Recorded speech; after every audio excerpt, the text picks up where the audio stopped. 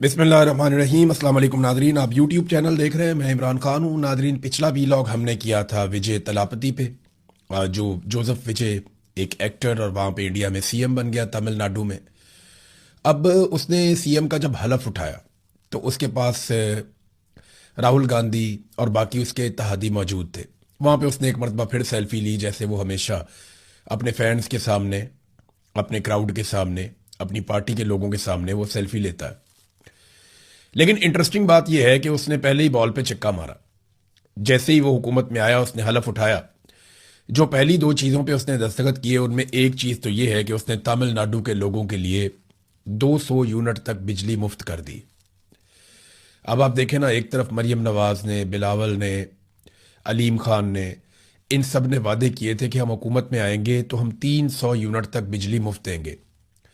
और इन झूठों ने हुकूमत में आने के बाद ना सिर्फ बिजली 4 गुना महंगी कर दी, बल्कि जो बिजली मुफ्त देनी थी उसके ऊपर जो थोड़ी बहुत सब्सिडी थी वो भी ख़त्म कर दी। तो कितने बड़े फ्रॉडिये हैं ये सारे कारोबारी लोग हैं। इन सब के अपने अपने धंधे हैं और ये अपने कारोबार का तहफ़्फ़ुज़ देने के लिए सियासत में आते हैं और फिर सियासत के ज़रिए से अपने कारोबार को बढ़ाते हैं। और वो शख्स अपना बड़ा कारोबार छोड़कर, फिल्म इंडस्ट्री में था, 200 करोड़ उसको एक फिल्म का मिल जाता था, वो छोड़कर सियासत में आ गया और आकर उसने पहला हुक्म दिया कि उसके सूबे के लोगों को 200 यूनिट तक बिजली मुफ्त दी जाएगी। इंडिया में ये पहली रियासत नहीं है जहां पे ये हो रहा है। इंडिया में इससे पहले भी कई रियासतें बिजली के ऊपर सब्सिडीज देती हैं, बिजली मुफ्त भी देती हैं। पंजाब के अंदर 300 यूनिट तक मुबैना तौर पर बिजली वहां पे फ्री है। कई और जगह पे भी वो खास रियायतें अवाम को देते हैं। अब तमिलनाडु में 200 यूनिट तक उसने बिजली मुफ्त कर दी और उसके अलावा जो दूसरा उसने दस्तखत किया वो ये किया कि ड्रग्स के हवाले से एक स्पेशल टास्क फोर्स बनाई है। ये वहां पे बड़ा अहम इशू है। तो ये दो इशूज सबसे पहले उसने दस्तखत किए और पब्लिक ने उसको बहुत सराहा भी इस मामले के ऊपर। पाकिस्तान में जो है ना, वो हमारी तरजीहात ही कुछ और है। हमारे हुकूमती वुज़रा ये बता रहे हैं कि क्योंकि हुकूमत टैक्स इकट्ठा नहीं कर पा रही, कौमी खजाना खाली है, इसलिए हम पेट्रोल पे लेवियां लगा रहे हैं, या ये जो हम महंगाई बढ़ा रहे हैं, या जो इजाफी टैक्सेस ले रहे हैं, चाहे पेट्रोल पे, चाहे बिजली पे, चाहे गैस पे, ये इसलिए ले रहे हैं कि टैक्सेस इकट्ठे नहीं हो रहे, कौमी खजाना खाली है। अब ये वफाकी वुज़रा खुद मानना शुरू हो गए। क्यों? ये ना इंपॉर्टेंट बात जो मैं आपको कई दिनों से समझा रहा हूं कि पाकिस्तान में क्रेडिबिलिटी हुकूमत की बची नहीं है।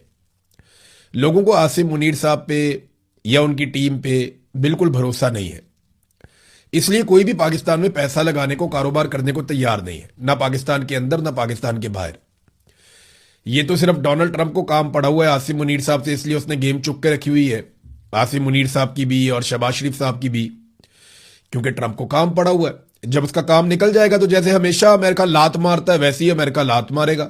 ये उसका एक पुराना तरीक़ाकार है और हमने ये हमेशा होते हुए देखा है। थोड़े बहुत पीनट्स वो हमें दे देगा, उसके बाद वो क्या होगा, हम कर्जा भी नहीं उतार पाएंगे जो हमें कर्जा भी मिल रहा है।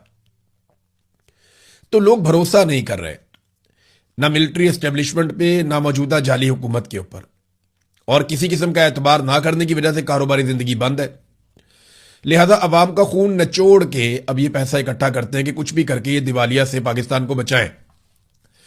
नाजरीन, तरजीहात जब इस तरह की होना तो अवाम को कोई नहीं पूछता। इस लेवल का जुल्म पाकिस्तान में हो रहा है।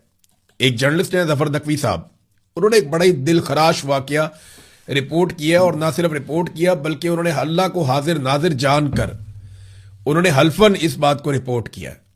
नॉर्मली जर्नलिस्ट ऐसी बात नहीं लिखता कि मैं अल्लाह को हाजिर नाजिर जानकर हल्फन ये बात कर रहा हूं, ऐसा जर्नलिस्ट नहीं कहता। लेकिन उन्होंने ये कहा क्योंकि ये वाकया वो जाती तौर पे जानते हैं, उनको अच्छी तरह इसका पता है। वो ये कहते हैं कि मेरा एक जानने वाला लड़का है, पंजाब में गाड़ियों के शोरूम पर काम करता है।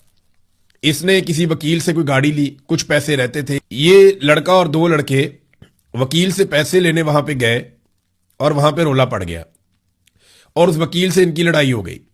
उस वकील ने इन पर डकैती का पर्चा करवा दिया और 2024 का ये केस है। चंद हफ्ते पहले सीटीडी वाले इस लड़के को उठाकर ले गए और तफ्तीश शुरू कर दी। इस बच्चे की दाईं टांग पर हथौड़ा मारा, नीचे पत्थर रखा और बीच में टांग, और ऊपर से हथौड़ा मारा और बच्चे की टांग का कचूमर निकाल दिया।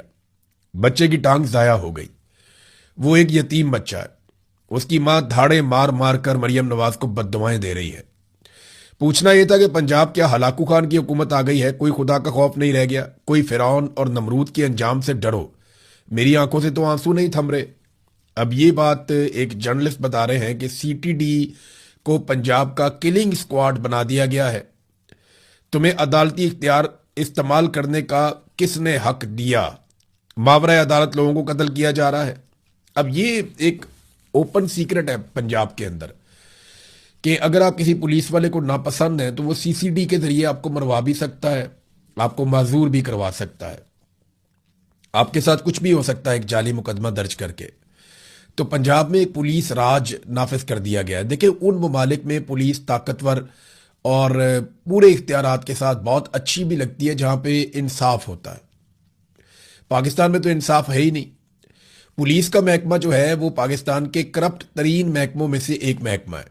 अब जब इन लोगों को आप इतने बड़े इख्तियारात दे देंगे कि ये इंसान को कत्ल भी कर सकते हैं, हालांकि ये मावरा कानून है, मावरा अदालत है। आप अदालत में जाएं, केस चलाएं, अदालत फांसी देती है तो दे दे, अदालत उम्र कैद दे सकती है, लंबी सजा दे सकती है। लेकिन यहां पुलिस ने एक आसान रास्ता ढूंढा, जो पसंद नहीं है या जो मुजरिम है उसका फैसला खुद ही कर दो। और बहुत सारे बेगुनाह भी पुलिस के इस बदले की भेंट चढ़ गए। लोगों ने बहुत पैसा देके अपने मुखालिफिन को भी कत्ल करवाया।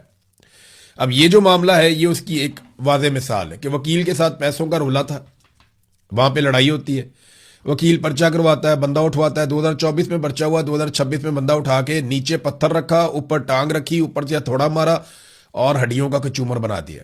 अब उसकी टांग ज़ाया हो गई और वो यतीम बच्चा है और इकलौता वहां पे अपनी माँ का वारिस है।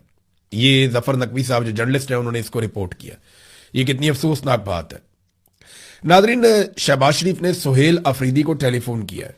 ये जरा खबर मैं आपको पढ़ के पहले सुना दूं, फिर मैं आपको बताता हूं कि ये कितने जबरदस्त तरीके से पाकिस्तान तहरीके इंसाफ ने नॉर्मलाइज कर दिया सूरत हाल को जाली हुकूमत के साथ। वजीर आजम का वजीर आला खैबर पख्तूनख्वा से राब्ता, दहशतगर्दी के खिलाफ हर मुमकिन ताउन फराहम करने की यकीन दहानी करवाई गई। इससे पहले भी दहशतगर्दी के वाकयात हुए खैबर पख्तूनख्वा में, लेकिन शहबाज शरीफ ने कभी राब्ता नहीं किया। अभी राब्ता क्यों कर रहा है ये मैं आपको समझा देता हूं। अलीमा खानम ने ऐलान किया कि सुहेल अफरीदी अडियाला जेल के बाहर पहुंचेगा अपने तमाम एमपीएस को लेकर मंगल वाले दिन। अब मंगल आने में 2 दिन बाकी रह गए हैं।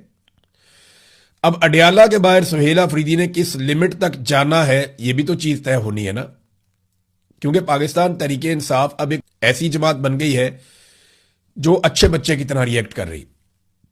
यानी बतौर अपोजिशन उन्होंने हुकूमत के लिए किसी एक दिन भी कोई ऐसी एक्टिविटी नहीं की जिससे हुकूमत के माथे पे बल आया हो। पाकिस्तान तहरीके इंसाफ के बंदों का कत्लेआम किया गया, इन्होंने आज तक एफआईआर तक दर्ज नहीं करवाई। इमरान खान की आंख ज़ाया कर दी गई। तमाम चीजों को अब नॉर्मलाइज किया जा रहा है। यानी जाली हुकूमत को पहले तस्लीम ही नहीं किया जाता था, लेकिन लगभग अब इन्होंने 2 साल के बाद इतनी तब्दीली आ गई है कि जाली हुकूमत को तस्लीम कर लिया है। वजीर आजम या वुज़रा से राब्ता पहले बड़ी मायूब बात समझी जाती थी, अब बहुत नॉर्मल है। अब तो किसी को जस्टिफिकेशन देने की भी जरूरत नहीं पड़ती कि मैंने क्यों बात की। देखें, वजीर